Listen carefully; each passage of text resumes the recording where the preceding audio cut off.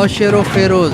शहीद मीर मुर्तज़ा भुट्टो केस में इंसाफ़ न मिलण ऐं वधंदड़ महांगाईअ ख़िलाफ़ पीपी शहीद भुट्टो ज़िले नौशेरो फेरोज़ पारां एहतिजाजी रैली कढी वई।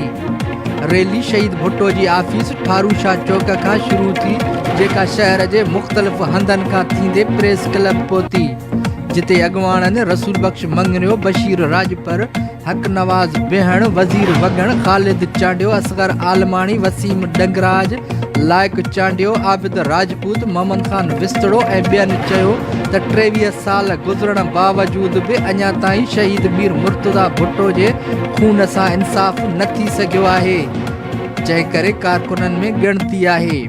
हिननि चयो त सिंध खे ज़रदारी माफ़िया जो राज बणायो वियो आहे ऐं ज़रदारी माफ़िया फ्रोलट, करप्शन, अकरबा परवरीअ जी बाज़ार गरम करे छॾी आहे। रिपोर्ट फ़क़ीर मेहर अली बेहण, नौशेरो फेरोज़।